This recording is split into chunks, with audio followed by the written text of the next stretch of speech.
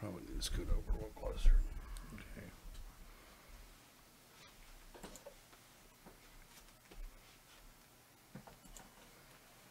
Turn the sound down because we are live.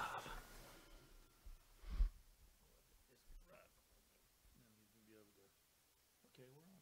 All right, good deal. Yeah, we're live. Yeah, we can do that. This is neighbors come over. And here, you got to go through a scoring sheet. You eat for free, but you have to take honestly the time to, bite We get a into. couple people from around here. Laura, we'll get Laura and Laura Henneman up here in the cul-de-sac. I've used her to taste test before. We'll get Roger and Melanie to come over. And oh shit.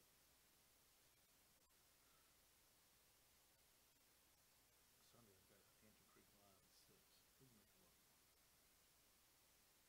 We can do it after. We can serve The them. wings won't take that long to cook.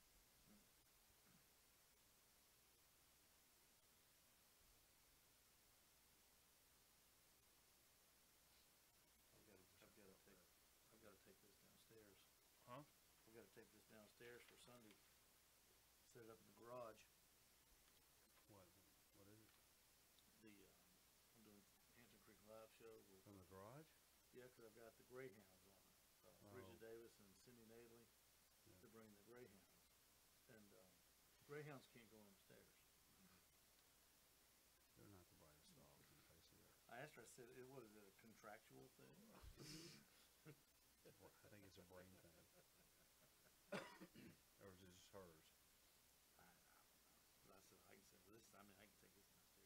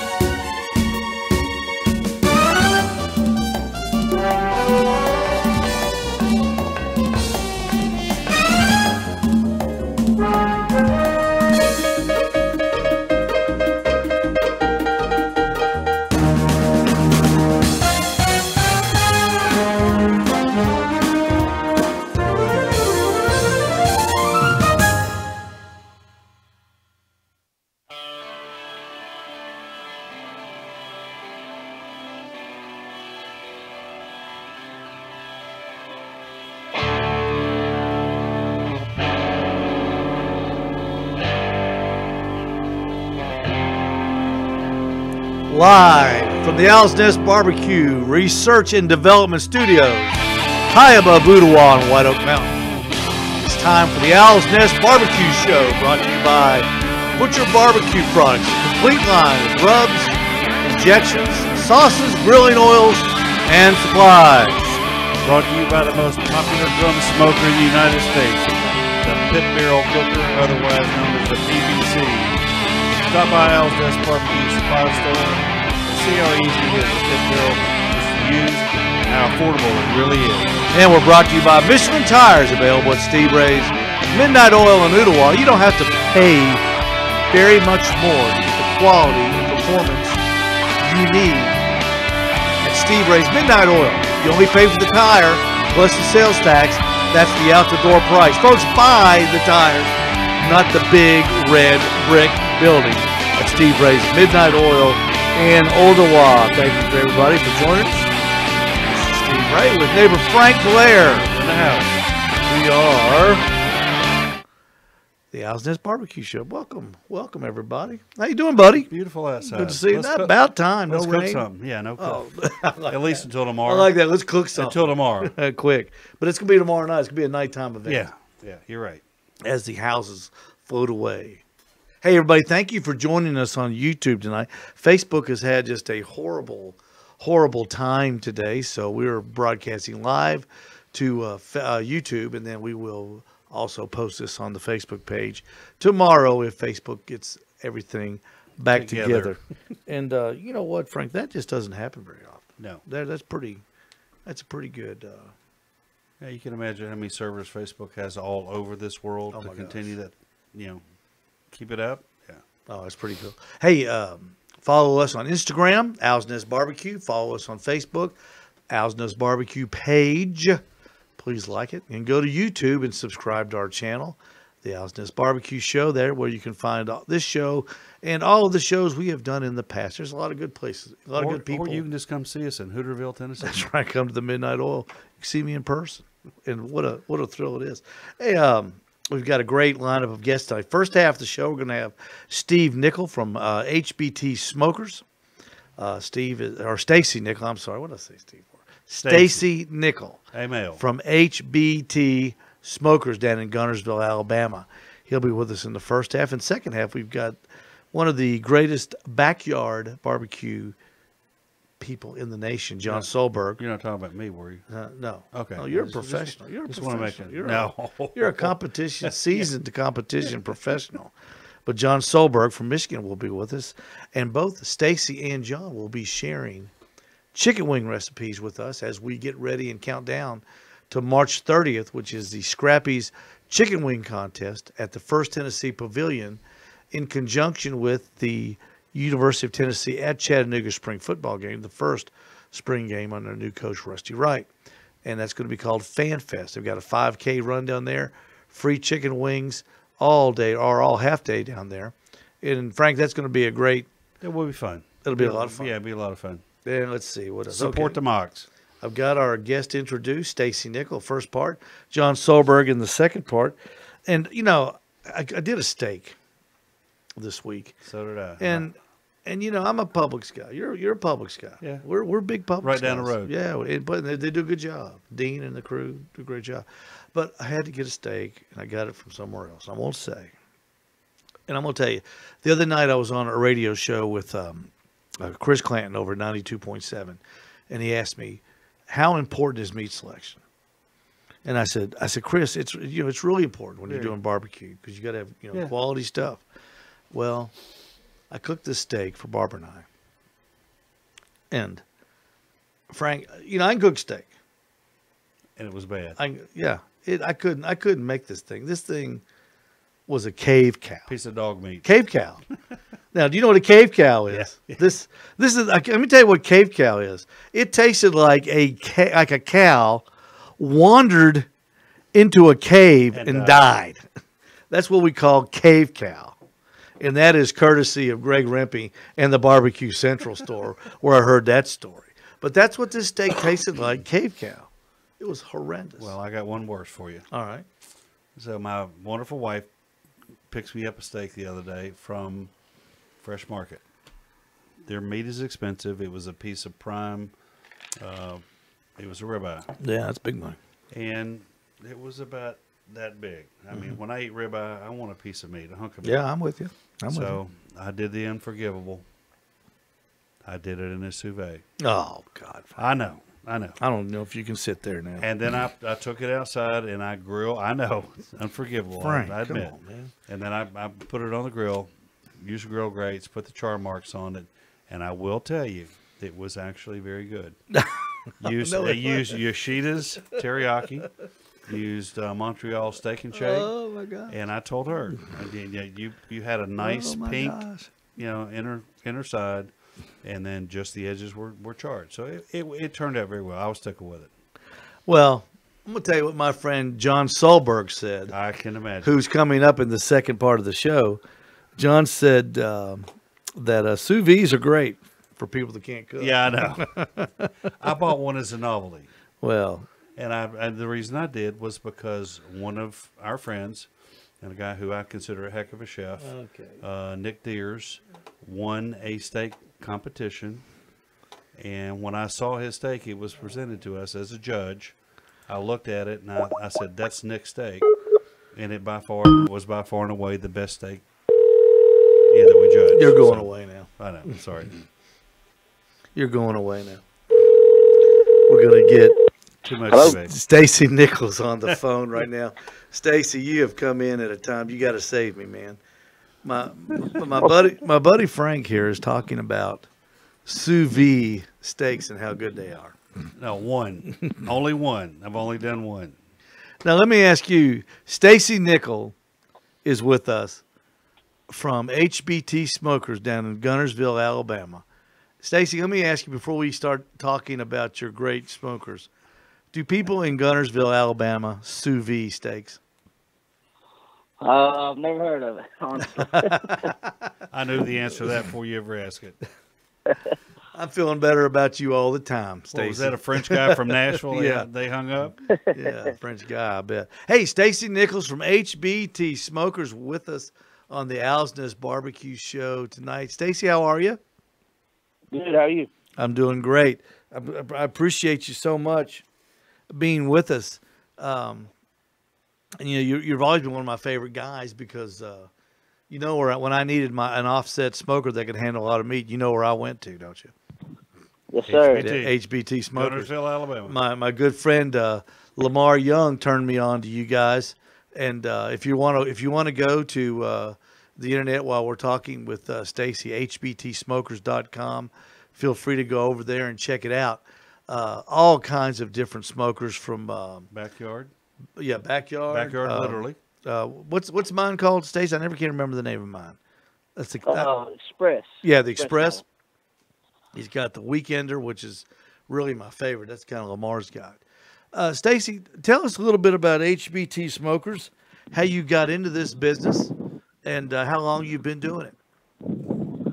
An ex-friend, or this old friend of mine, taught me how to do it, and we were kind of in partners a little bit there for a while, and away because he didn't do things the way I like to do. So I'm all about quality and customer service. So got away and started on my own, and we've been doing it for 7 years now. HBT, for a lot of people don't know, stands for my kids' initials. It's Hunted, Braden, and Tori. So that's what HBT stands for, and we've been improving our products every year. We're always coming up with something new. We test and tune our products. We use every smoker we build. So, we see things that need to make those adjustments, and a lot of customer feedback. We listen to customers, and they got a good opinion or a good idea. We go with it. Well, that's a good deal. Make sure you hold that phone right up in front of your mouth because you're way down in Gunnersville, Alabama. And I'm sure it's hard to hear. I'm sure that string's hard to hook up to sometimes up here. Before we get into smokers, we were talking before the show. Frank had some an interesting question for you, for people that might not be so adept in smokers. So everybody thinks you run down to Wally World or Lowe's or Home Depot and you buy a grill, right? You throw some charcoal in it and you cook, and you put a little thing of chips on it with a little box, and you call that a smoker. That's not what I call a smoker. That's a grill. So for those Yes, who sir. do not understand and have never used an offset and reverse flow, how about explaining to them what that is and how that works, if you don't mind? So offset, a lot of people call is like a traditional style smoker. You've got your firebox on one end, smokestack on the opposite usually. So your heat's going to go directly from the right side or left side of your smoker to the opposite side to where your smokestack is. And a lot of people, it's usually a real hot spot on that one end because, the closest end of your firebox, you don't really have much of a deflector plate there. So a lot of people kind of waste some of their space as far as cooking capacity is of the smoker. Where the reverse flow, you have a flow plate that runs pretty much about 3/4 or a little further than your barrel. So your firebox and your smokestack's on the same side. Your heat and your smoke go usually from right to left, and then it goes under the flow plate back across your meat, and your smoking heats more equally balanced and get a better temp and flavor. Going across your meat, and it's a little easier to manage than an offset. Gotcha. And you don't get that hot spot, do you? Well, not really. I mean, there's a little bit of hot spot right there where the heat initially turns, but usually on our smokers, it runs about 11 degrees from left to right, so it's not a major hot spot. I like to use that little spot to crisp up my wings and that's called my honey leg hole. quarters and all that. Yeah, that's called the what do they call that? The microwave, right? Yeah. Yes, sir. That little spot, they call that the smoker microwave. Stacy, how did you learn to build these things, and how did you learn about heat flow and smoke flow? Because I've seen lots of people, tear into an old propane tank and just build a literal disaster. Or somebody who is a welder who knows nothing about barbecue and builds a big square box and doesn't understand why it doesn't work well. Well, like I said, we're always constantly improving our products, so we do a lot of research, on the internet and learning from other people. I mean, just like anything, you can never learn enough. It's always something new coming out. It's always something better. It's just, we got a lot of set products that we build constantly the same, but we also adjust to those and make them better. And like I said, customers come up with ideas a lot of times, and if it's a good idea, we stick with it. A lot of our smokers are actually created from customers. They may tweak one that we had, or totally come up with something new, and it sticks and it becomes a good product, and we just roll with it. So you listen to customer feedback's what you're saying, right? Yes, sir. Yes, Very sir. important. Customer feedback's good. Hey, Even if it's bad, if it's bad, that means we're doing something wrong. Hey, the what I like about your company, you've got your selection is it's unparalleled. You've got something for everybody. Let's talk a little bit about that for people that are, say, backyard enthusiasts. They just want something that sits on their back porch. Which product would you suggest for them? Our most popular patio model is, we call it the Chub. It's a 30-inch wide tank, or 30-inch in length and 29 in diameter. You weren't talking about Steve same and size. me, were you? Do what now? You weren't talking about Steve and me when you were giving those measurements, were you? Don't interrupt. No, sir. No, sir. But it's the same barrel diameter as our big pull behind smokers, just a smaller version, 30 inches in length, and it'll hold 10-pound butts for a backyard smoker, and that's pretty good because most backyard smokers, you're not going to get more than 2 or 3, and that's a real popular one we have. We probably have 10 different patio models. We honestly don't advertise the patios a lot just because they don't sell as well, and most people want to rather go to Walmart, like you said, and spend $400 instead of $800 to $1,500 for a good one that's going to last them. But we do offer them. If there's somebody out there that wants a nice patio version that's going to last them years to come, we definitely build them. Yeah, I want to say welcome to the show, John McGuire from our friend up in New England, from Pit Life Barbecue. John, thanks for watching. Thanks for joining us on the Owls Nest BBQ Show. You're listening to Stacy Nickell, owner of HBT Smokers down in Gunnersville, Alabama. You can find his business at hbtsmokers.com if you want to surf the internet while we're speaking with Stacy. What when I got in contact with you, Stacy, when I bought mine, I was looking for a piece of equipment, a vessel that I could cook, 40 up to 40 pork butts on, 20 briskets. And I'm going to tell you this right now, it will hold 980 chicken wings in pans too. Yeah. I don't know if you knew that about that smoker that I bought. But it's No, I've never done the wings like that. Yeah, that's incredible. It is incredible. It's a wing cooking machine, let me tell you. What is your best customers? Is it somebody like somebody like me that needed something that would handle a lot of food, or is it churches, groups? Tell us who comes to see HBT Smokers? Well, we sell a lot to churches, of course, and I usually suggest the model you have because it's got the square doors, cabinet style doors, easy to open. If you got elderly people or women or children helping out at the church, it's definitely the most right. Probably one of the easiest ones we have to operate. And it's easy to open. It holds a lot of meat. That smoker right there is actually probably our most underestimated smoker. It looks small for its size, but it holds a lot of meat. And we sell a lot to competition guys, a lot of restaurants. We've been really selling a lot of restaurants lately.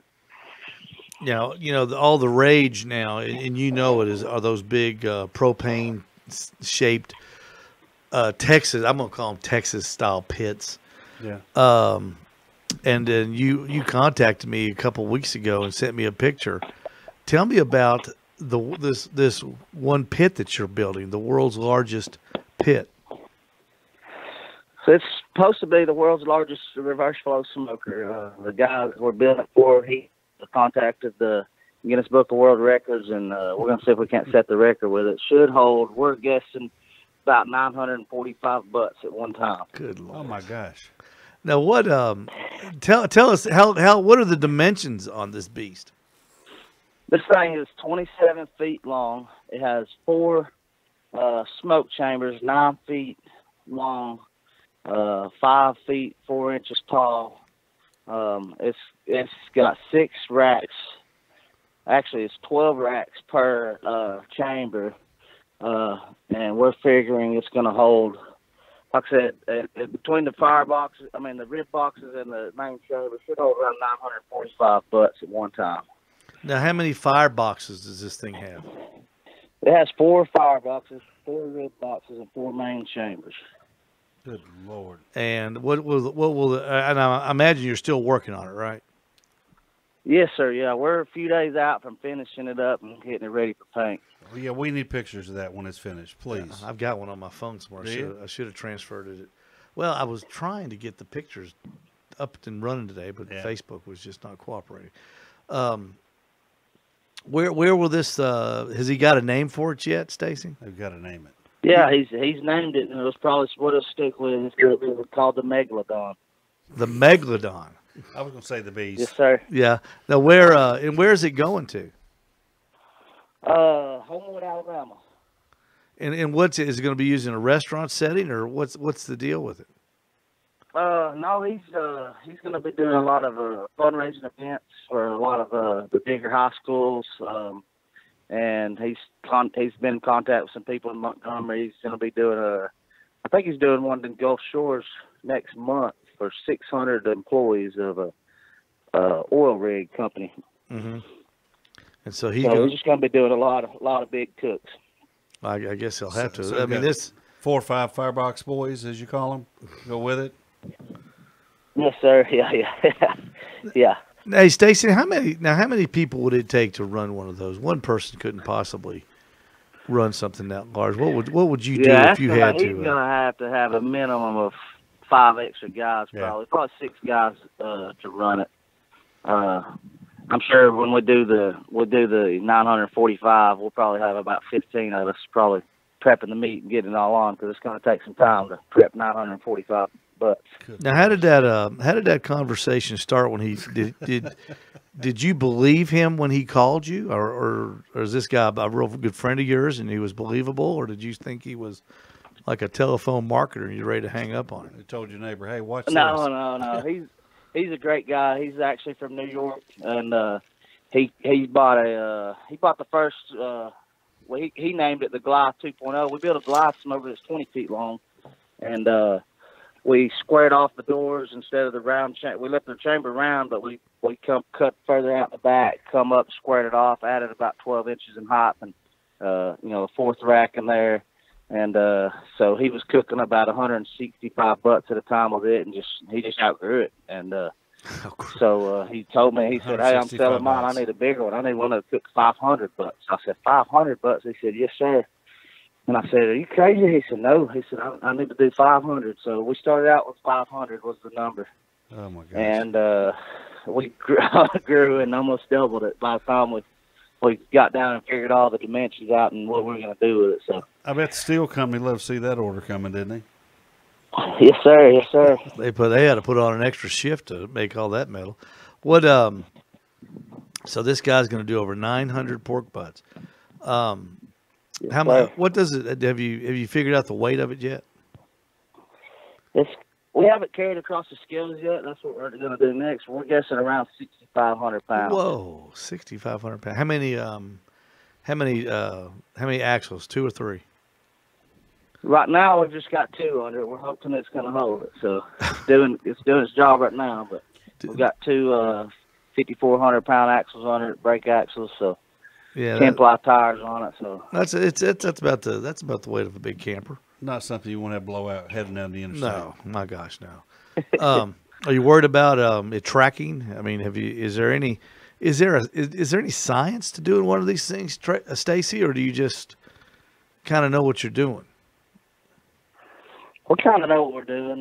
We had the axle fit what we thought was right, and it seemed too heavy, so we moved them up another 12 inches, and it seems to be right now. But yeah, some of it's out there, dimensions and sizes of where trailers axles should be, but some of it you gotta test and tune yourself. So especially with something this caliber.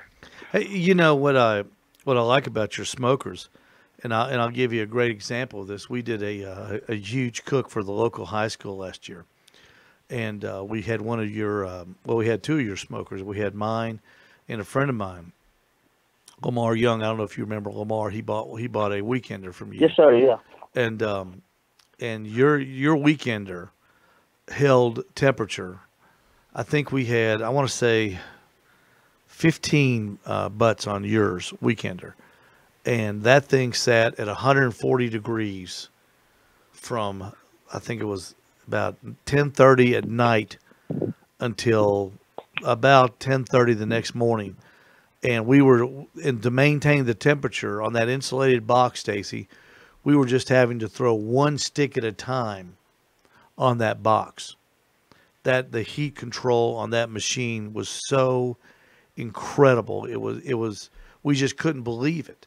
How to tell everyone how that insulated box does, because even on my Express, it's the same way. For some reason, and you may be able to shed some light on this, my Express runs at 240 without any effort at all, which is really the perfect temperature for long smoke barbecue. How do you get them to run like that? Like I said, it's just some of it's trial and error. We used to build them without the insulated firebox, and we started to insulate them. Of course, a lot of competition out there does as well, but it just holds the heat in a lot longer. You're not losing your heat out the sides of your firebox. It's staying inside. And then, of course, the flow of the smokers, there's, a lot to do with it. So it's constantly just sitting there idling. It just holds the heat really well on almost every smoker we built. It's crazy, like you said, how easy they are to operate. Once you get them to the temperature you want, they just pretty much idle for you. As long as you keep a little bit of wood in there when, it starts getting low. it's just crazy. You know, Stacy and Frank, if people would realize when they buy one of those cheap smokers at a big box store, and they take it home, and I'm guilty. I bought my first junker. It's a boat anchor now. You know, I couldn't keep the temperature up in it. You know, I fought it the first time, and it was so frustrating trying to learn how to barbecue when I wasn't learning how to barbecue. I was learning how to stoke a fire and control wind, which you can do, and control temperature in a vessel that was fighting me the entire time. Had I had something that had an insulated box that was made with a better quality steel, Stacy and Frank, it makes the learning curve so much quicker, doesn't it?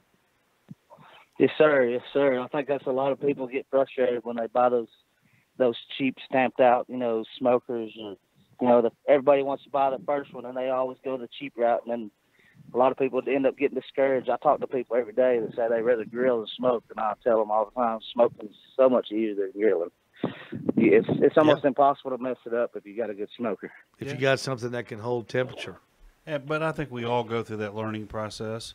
I'm guilty too. I bought the first Brinkman, and it must have had 1 32nd-inch steel on the outside. You come by in a cow fart and you blow the fire out. But you learn. You step up, and if you use it as a good learning experience, and then step up to something nice like what you guys manufacture. The Express that I've got, insulated firebox, 4 shelves. It will, like I said, it'll hold 40 to 50 butts easily. Probably, I haven't had the opportunity to chock it full of briskets yet, but I'd say it'll probably hold 20 briskets. I mean, full packers, 13 to 15 pounds. And like I said, 940, I think. Close to 1,000 wings. Yeah, close to 1,000 chicken wings in pans. Because I cook everything in pans. Now, it won't hold 40 butts in pans. I will stick a bunch of butts on there without pans. But if you're cooking chicken wings, by golly, you better use pans. Otherwise, you go crazy. Well, that's a lot easier flipping. That's a mess, too. I mean, good grief. If you've ever cleaned up a smoker after doing chicken wings. I can't imagine. Oh, my gosh. Hey, Stacy, while we got some time left, we've got a big chicken wing contest here in Chattanooga. Probably the biggest wing contest we've ever had coming up March the 30th at the First Tennessee Pavilion up across the street from Finley Stadium. We've been asking all of our guests this week, or this month rather, to give us a good chicken wing recipe. Did you happen to bring one tonight? I don't really have a recipe, but I've got some tips. I like to use Antonio Riley's ribs rub. He's an FBI agent out of Homewood, Illinois, so he bought a smoker from us, and his rub is incredibly good. And I like to season mine with his seasoning. And then we do have a secret wing sauce. I can't let the secret out on that. But everywhere we go, we do these. We do hunting and fishing expos and different expos, and take our smokers and we usually cook samples and hand them out. And almost everywhere we go, people are like, "Man, I love what you're building. You got some nice products, but y'all are selling the wrong stuff. Y'all need to be selling that sauce." So I do have a secret wing sauce. I just can't get it out. But we usually I just dry rub mine, or I like to fry a lot of wings too. But we usually use some Riley's or some Wright rub. Dan Wright out of Canton, Alabama. Yeah, I've heard of his stuff. Clanton, Alabama. Sorry. Yeah, Wright rub. That's some really good stuff. I usually go with Wright rub or the Riley's rub on mine. Stacy, we were speaking with Mike Davis, and I know you've heard of Mike. A lot of Bull Barbecue out of Delight, Arkansas. Yeah. And we were picking his brain on chicken wings, and we thought we were going to get a real education on barbecued, chicken wings. He fries his 100%. Yeah. He says the best wings are fried. Yeah. He doesn't even use a smoker. He just fries them. He gave us a recipe. Yeah. for fried wings. So fried wings are definitely hard to beat. yeah, isn't that funny though? There's there's so many different ways to do them, and the favorite way of one of the best barbecue people that ever hit the road and were born. Fry them. And he fries his. So we got a real kick out of that. Stacy Nickell, thank you so much for being with us, and good luck with HBT Smokers.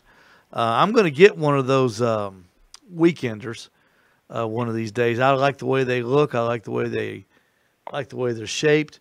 I've always have a need for something that I can do just maybe 15 butts on that I can pull around.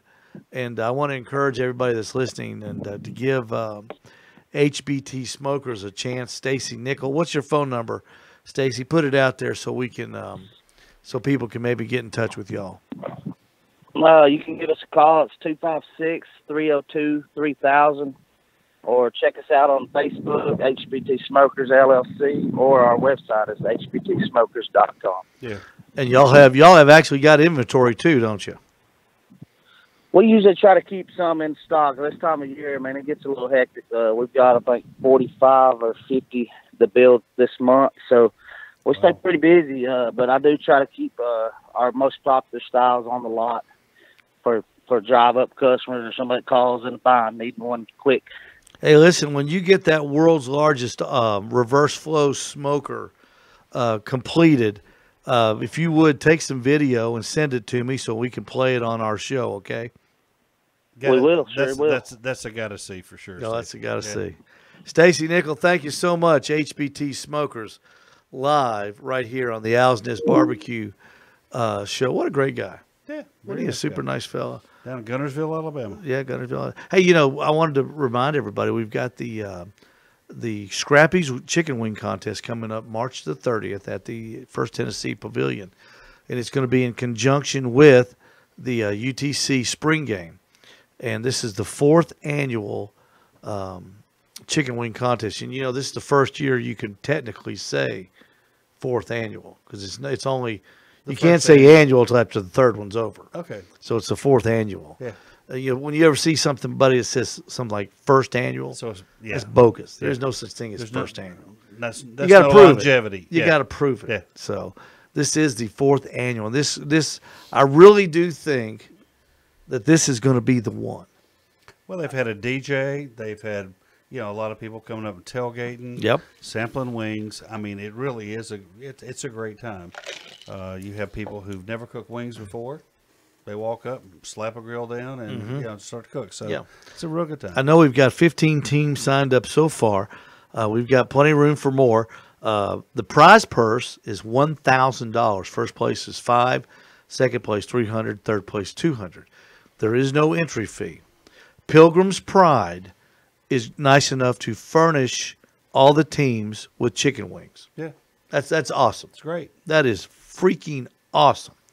And the teams will be cooking the chicken wings, and then we'll be giving them to the crowds, patrons rather. To sample. To sample, Not to come and stay all afternoon. Yeah, you don't get a dozen wings to go. You get a couple, but if you got 2 from each person, that's 30. It's going to fill you up. Yeah, fill you up. I couldn't eat 30 chicken wings. I couldn't either. Well, I'd die. Yeah, you could. You eat 25. No. I don't eat that. I can eat those little. I can maybe eat the flats. Yeah. They're the best anyway. Yeah, but it'll be a great time. Hey, we're going to go right now. We're going to go to another screen, and we're going to hide behind this screen right here. And we are going to go to the Pit Barrel Cooker hotline. And we are going to raise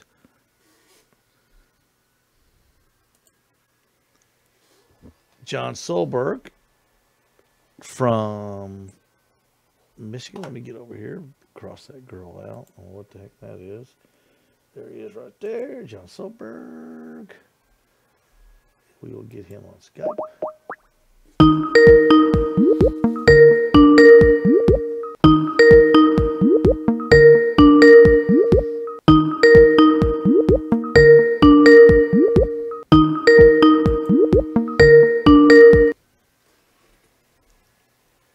Hello, caller. You are on the air. And he is live. I'm on the air. Did I win? What'd I win, Steve? You win a dozen chicken wings Dozen chicken wings. from Owls Nest BBQ. What is that address, caller? Jon Solberg, welcome to the show. Hey, thank you so much for having me. All Frank, the way, good to see you as well. Good to see you, buddy. all the way from Michigan. What's the temperature up there? Oh, it's a beautiful day here. It's in the low 40s. We're expecting some warm weather over the next couple of days before we get another cold blast coming at us for the weekend. I wanted to invite you on the show today, Jon, because you are one of the perennial backyard cooks in the country, I think. Now check out this resume here. Now listen to this, Jon Solberg. He is the producer and the host of the best moments of the Barbecue Central show in 10 minutes or less, and you can find that every Friday on the Barbecue Central page or on Facebook. He is a writer and a product reviewer for grillgirl.com, Robin Linder's website, grillgirl.com. He is a student of all things outdoor cooking, charcoal, wood, and gas, loves to restore grills and smokers of all kinds, and resides in mid-Michigan, and he understands that there is no off-season in live fire cooking. There is no off-season. And first of all, explain now down here, y'all, we don't get terribly cold weather. I think the coldest we've had yet is what, 16 yeah, maybe down here, and that's an anomaly. But up in Michigan, Jon, you get some pretty extreme temperature. What's the coldest you've ever had to smoke something in? This year? Yeah. This year we got down to negative 16 Fahrenheit. I decided I need to light a grill just because it gets cold here, but when it gets down into that double digit cold, you don't have a lot of opportunity to get outside and cook something. So I'm going to take advantage of it. I'm going out there. I'm going to cook something, see what it's like to cook at 16 to 18 below One zero. way or the other, you're going to cook. Well, that's what we're here for, That's right? Now, when it's negative 16, what vessel are you going to fire up? Bottle Well, it all of depends. bourbon. I spent a lot of time on a Weber Jumbo Joe this in the cold, and it's a pretty hardy vessel. I've cooked on most of the cookers that I have in that really cold temperature. End of the day, Weber kettles do well with it, and I'm not worried about fuel consumption. So Webers tend to do really well. A Smoky Joe runs superbly in sub-zero weather, or I'm sorry, a Weber Smoky Mountain. I'd rather run a Weber Smoky Mountain at 9 below than 90 any day of the week. It just locks in temperature. Those are it's just a dream great to run. smokers. They're great smokers, They absolutely are. Oh, absolutely. If everybody who wanted to learn to smoke food in barbecue bought one of those. that should be the second thing they should buy. The first thing they should buy is a pit barrel cooker at the Owls Nest Barbecue Supply, because it is very similar to the Smoky Mountain smoker. It's got a little bit more oomph to it. First two smokers grills I ever bought were Weber kettles. Probably two of them lasted me 20 years all total. In cold weather, well, we're getting into warm weather here in the South. I know you guys. Well, it's supposed to be cold this weekend. Jon, number one tip about smoking in cold weather. How do you make it go and make it workable? The biggest thing in my brain is always the wind. It's not the outside temperature. It's the wind, and protecting that from the wind, and having some plan for the wind's blowing this way. I need to put something here. All you gotta do is take a little wind off your smoker, and you're gonna do fine with it. Did you put up like any sort of a barricade or Blind? you wrapping it with anything? I wrapped for years with a welder's blanket. Mm-hmm. It just is an unnecessary thing, in my opinion. I'm not knocking it. You can go buy an insulated water heater blanket and put on there. If you just take the wind off there, I have a small cart in the cook area that there's like a prep table on wheels, has a little back on it. Yeah. I've built just to drag behind whatever cooker I'm using. You notice he says the cook area. So, Jon, describe what the cook. I'm getting the picture of this 20 by 40 That's a good question. patio that's enclosed with 12 smokers on it. Well, you'll be surprised. It is an 8 by 18 concrete slab that runs along the back of the garage. It is not covered. I have a 4-foot extension on that area with pavers that is actually the fire pit area. If I want to do asado, run an asado cross, do campfire style cooking, I don't want that on a concrete. Right. So in Yeah. total, it is 18 by 12 foot, not covered. I do have a 16 by 16 deck that I call the bullpen. There's a lot of cookers down there that stay out of the way. And in the main cook area, I don't know how many are on there right now, but it's basically an alley that's got cookers lined down both sides of it. But there's probably 10 or 12 in the cook area live right now. So your neighbors love to smell your house on the weekend, right? Well, they don't mind. Yeah, I figured. Are you the go-to house in the neighborhood when the party starts? Yeah, everybody, you know what? Yeah. Everybody wants that catered cook for free. Hey, will you cook some pork butts for the graduation? And I'm like, I don't know about this. Yeah. Yeah, but you say yes. And well, it that's depends what on we how do. close they live to me. Well, that's what we do. We love to cook, and Frank and I talk every time we cook something, we learn something. Absolutely. You learn even if you're You know what you should be. even if you're a contest cook, you learn something. I know every time I cook a pork butt, sometimes I'll put one in, money muscle side out, money muscle side in, place it on a different spot on the smoker, and monitor the cook times on it, and see how it compares. Like, one on the top side, just doing little experiments in my same smoker that I use for contest, And just to learn something. If you pick up one little tidbit every time, that helps you going forward. Oh, absolutely. Working on times all the time. That's what I like to do is, trying to get these things to finish at the same time, and to do that. And John, if you're cooking on a cabinet type smoker, or even a Weber Smoky Mountain, where you place those, you can put like probably 4 8-pound pork butts on a Smoky Mountain smoker, and where you put them on the grill or on the grate, if you can move them around where they all cook and finish at the same time, that's something you've learned. And that's doing something. Yeah, that's it that's hard work. It is. I mean, I know it's cooking, but it's Well, it's knowing your cooker, and I love YouTube, and I love all the information that we have available to us, but that you can't watch a video and do this. You can watch a video and understand what you need to do, and then you need to do it, in my opinion. That's and then you right. need to repeat it. You need to do it again. You need to do it if it's raining. You need to do it if it's sunny. You need to do it if it's windy. That's why when it's 16 degrees, I go, I don't get many days to cook in 16. I better go cook. If Steve wants to talk about cooking in cold weather, I want to be able to talk to you intelligently about that.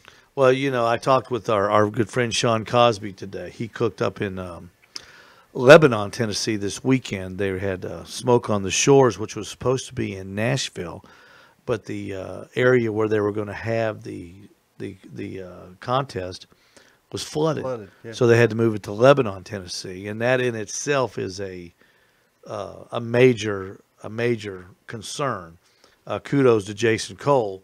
I know John. You know that name, John. That he's one of the board of director members on the KCBS board. He runs that contest. They moved it to Lebanon, and Sean is a great cook. He's a World Food Championship barbecue finalist, matter of fact. And he said that it took him an hour and a half to get his smoker running because of the wind. He had never seen the temperatures That bad? in his smokers. Then I talked with our good buddy from Grillbillies, River Road Grillbillies, Jeff Thompson. He said the same thing. His smoker, John, was all over the board this weekend because they were having to deal with 40-mile-an-hour winds. Now, you can't practice for that. So, there's all kinds of conditions, but Jeff ended up finishing 6th in the contest with a cooker. He said that was varying, 35 and 45 degrees. And if you're cooking in the backyard, that's fine. But if you're cooking in a contest, that's not fine. And that's a well-insulated smoker. Yeah, both of them. It's a deep south, just like deep mine. south. Yeah. It's a wonderful smoker. So I know what you're saying is experience is there's nothing you can watch all the YouTube videos in the world, but if you don't have the experience of cooking in that type of weather, it's going to be tough. Yeah. Well, and the more you do cook, the more your experience you're going to gain. You may not know how to deal with that situation, but you're going to know have some idea what way to go. You got no choice. You're going to figure it out if you cook enough. And John, that's what makes this sport or this activity, this hobby, so much fun. Is it's something that you can do on a Sunday. You can do it while you're doing yard work. You can put your meat on, watch it. You got temperature control devices. There's no reason in the world now with any kind of smoker that you've got that you can't control the temperature within. I've got. Oh gosh, I don't even. Is Barbara here? Did you? I don't want to tell her how many I've got. I hope she's not listening. But everything I've got, I can control. I can control the temperature within 5 degrees for a period of seriously 20 hours. Yeah. Absolutely. And it won't. And I'm not anything special. Yeah. All you gotta have is a credit card and Plug it in and set it. and go to barbecueguru.com. Yeah. And you can just set it and you can't forget it. Those commercials where they say set it and forget it. That's not. They shouldn't say I don't know that pit barrel's pretty close to set it, forget it. No, dude. It's close. When you put those ribs on, you gotta. Even when you put those ribs on, you gotta tend to those tails. Yeah. Hey, John, what is your favorite smoker? Just out of curiosity. You said Weber Smoky Mountain, which they make an incredible smoker grill. Well, what my favorite? That's a really tough question. Kind of the go-to. I don't. First of all, I want to clarify. I have no idea how many I have. And they turn over a lot. That's a good job. As soon as your wife asks, that's right? the right amount. Yeah. Well, I don't. That's not a problem for me. Okay. So they turn around. I love the old style Weber Genesis. I love to rebuild those. I'll take them out of the trash, rebuild them. Give them away. I love Weber kettles. I do love the Weber Smoky Mountain, but I love my stick burners. I do love my Kamado. I love my Big Green Egg. I'm not a cultish Big Green Egg guy, but I have one and I love it. I have a Tech grill. I love it. I have several Next Grill Home Depot grills that are portable tailgate grills. So what is my go-to? I kind of get stuck in something. I'll have 8 or 9 active all the time that I'm working. And to frame it up, I'm cooking, 4 to 5 days a week. I tend to take the weekends off from cooking outside. So it is an everyday activity for me. Rain, snow, sun. Try to do it at least 4 days a week. So if I had to pick one, it's kind of like my kids. I love them all differently, but equally. Does that make sense? Yeah, sure. No, I've got favorites. I've got favorite kids. There's no problem with that. Right, but I don't have favorite cooks. All of them. There's a couple better than the others. I guess a better way. Maybe I can answer the question better, Frank. I apologize. No, it's okay. I have a favorite cooker at the moment. So like 2 weeks ago, it was really cold and nasty. The Jumbo Joe was it. And then a few days after that, I drug out the pit barrel and I did 4 or 5 days on the pit barrel. And at that moment, that was my favorite. Right now in the main, I call it in the circle, in the winter circle, what's actively cooking is the Big Green Egg. Tomorrow, I think I'm going to drag a pellet grill into that spot and do some turkey breast for my mom and dad. So it's at this very moment, if you ask me, I got to say Big Green Egg. Tomorrow, it'll be a pellet grill. Well, I can live with the pellet grill, but you know what I like best about that little summation? You didn't mention anything about sous vide. Well, you don't want to get me going. No. Hey, the real reason we have you here is because on March the 30th, we've got a big chicken wing contest here in Chattanooga. And, John, it is shaping up to be the largest participatory chicken wing contest this city has ever seen. We are shooting for 20 teams. I know a lot of places there, they scoff at that. No, that's not a lot of people. But here in Little Chattanooga, which is not really a city, it's just a big town, 20 to 25 teams would be big, wouldn't it, Frank? Yeah. That'd be huge. Yeah. And we're collecting chicken wing recipes, Frank and I are, because we're going to win this thing. So we have you here tonight for the express reason that we want you to share your chicken wing recipe with us, and we're hoping that it could be the winning chicken wing recipe. Not so, ladies and gentlemen, not the one on the back pay attention. Shelf. Get your pad and pencil ready. Winning chicken wing recipe. Jon Solberg with the the winning chicken wing recipe? Well, no pressure.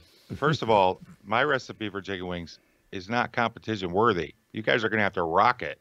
Yeah. You're going to have to make that judge take one bite and blow the top of their head off. Right.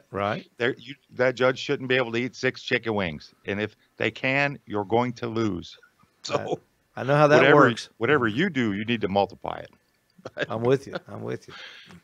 Now, how I do wings is really simple. I love to smoke roast wings because I don't have a deep fryer that's set up. I don't have one handy. I'm going to cook outside. So I roast my wings. I start them out low and slow with just a simple salt, pepper, and garlic.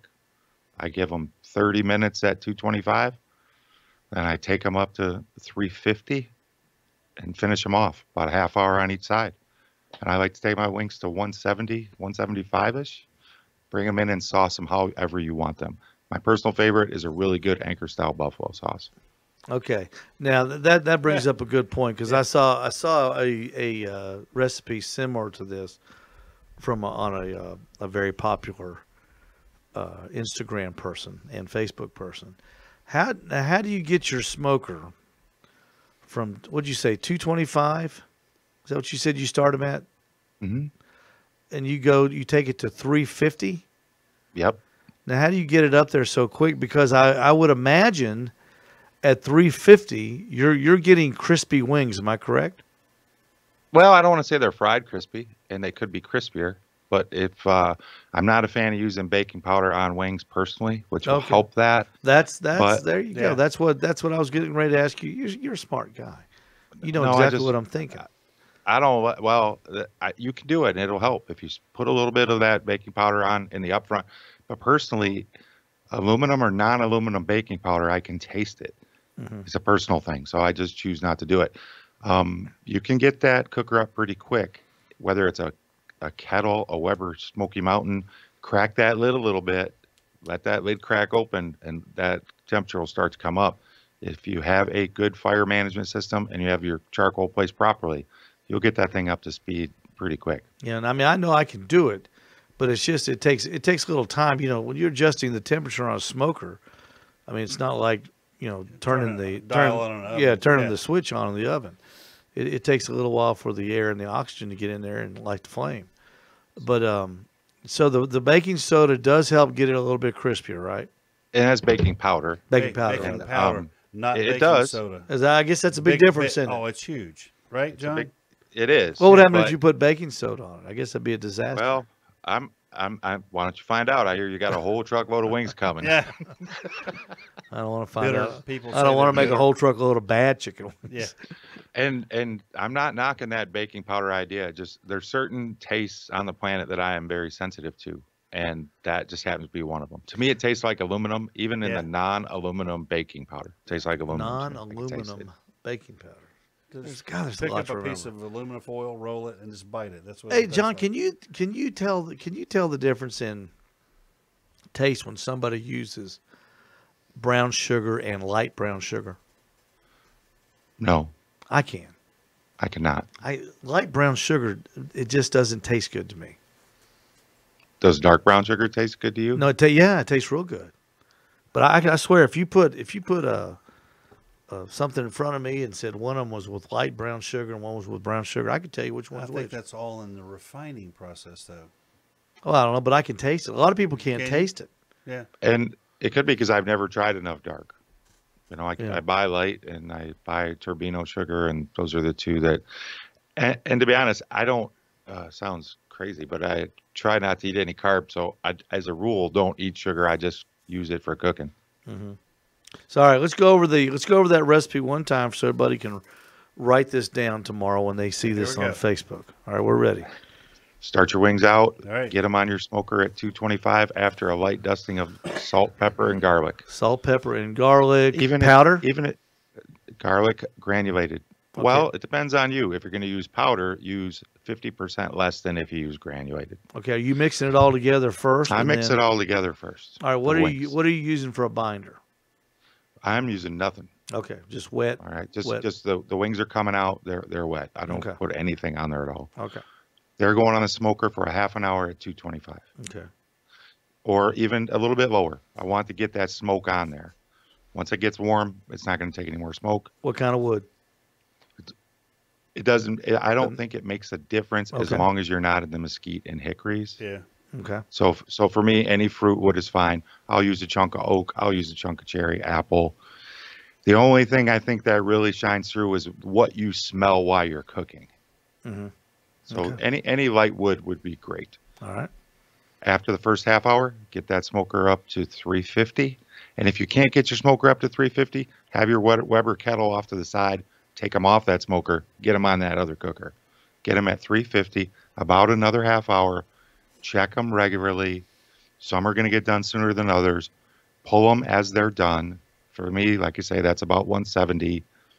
Put them in a pan, foil them till they're all done.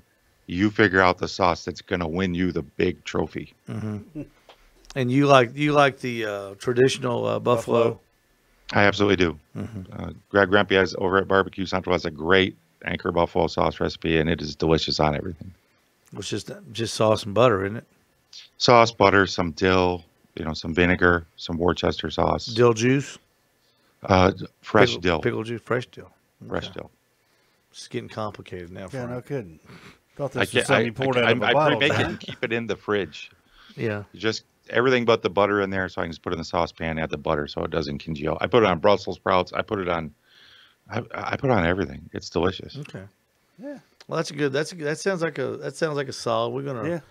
We're gonna try that now. Sunday, what we're doing, we're bringing the cook trailer home. We're gonna clean it up.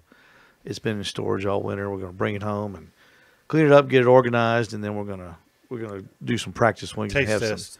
have some friends over, and do a little taste testing.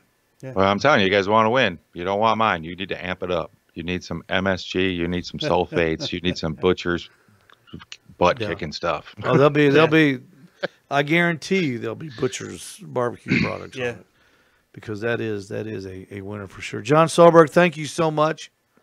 All the way from Michigan, we sure appreciate your time and your effort in this endeavor tonight. Thaw out, please, John. Yeah, Hey, it's beautiful. It's 40. All right. I'm in short sleeves.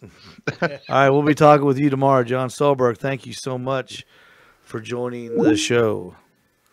Let me clear that back and get the HBT smoker back on the. There it is, the HBT smoker. Oh, a great show. Yeah. Stacy Nickell from HBT Smokers in the first half hour. Jon Solberg from Michigan sharing his chicken wing recipe with us. I like that idea, Frank, of the different temperatures. Yeah. We need to set up one of the. We had somebody else tell us cook them at 350. So Yeah. yeah, and he's got something interesting. You get all the smoke you're going to get on them first a little bit, and then you start to crisp the skin up. Yep. Because that's what people don't like is the slimy skin on, smoked wings if they're not done well enough. Baking powder, not baking soda. Absolutely. See, I'm not a cook. I've tried baking powder, and I learned the hard way because it does it. I mean, you can bite it and it tastes Really? nasty. Yeah. I wonder why. Just a tastes that way. mixture of I don't remember whatever's in the baking soda versus the baking powder. Baking powder is just baking powder. Soda that you put in your refrigerator, Arm & Hammer, get rid of smells. Whatever's in that is, I mean, it does have an aluminum kind of taste. Yeah, we don't want that. Hey, everybody, thanks for watching. We'll be posting this on Facebook in the morning. Don't forget, come by the Midnight Oil in Ottawa. Spring break is coming up. We have got the best deals on tires, Michelin, Goodyear, in stock, ready to go. The tire plus the sales tax equals the out-the-door price. Don't pay all those fees like the big brick red building charges you. Come to the Midnight Oil in Ottawa where you get the real deal. You buy the tires, you don't buy the building at the Midnight Oil in Ottawa. And also next door to the Midnight Oil now is the Owls Nest BBQ Supply. We have oodles of things coming in as we speak. Pit barrel cookers in stock. Disposable cutting boards from Smoky Mountain Smokers in stock. Butcher barbecue rubs, sauces, and injections in stock. We have all of the pit barrel cooker amenities in stock, the things you want for the accessories. We've got them in stock with more things coming in the weeks ahead. Thanks for listening, and thanks for watching, and we'll see you next Wednesday right here. Frank, thanks for being here. Sure, man. I appreciate it. Don't forget free air. And You do have free air. and free air. At Midnight Oil. That's a big deal with you people. It isn't is. I know. I did. See, 75 cents, you go down the street. You got to pay for it. well, you should buy something though. Well, you should, yes.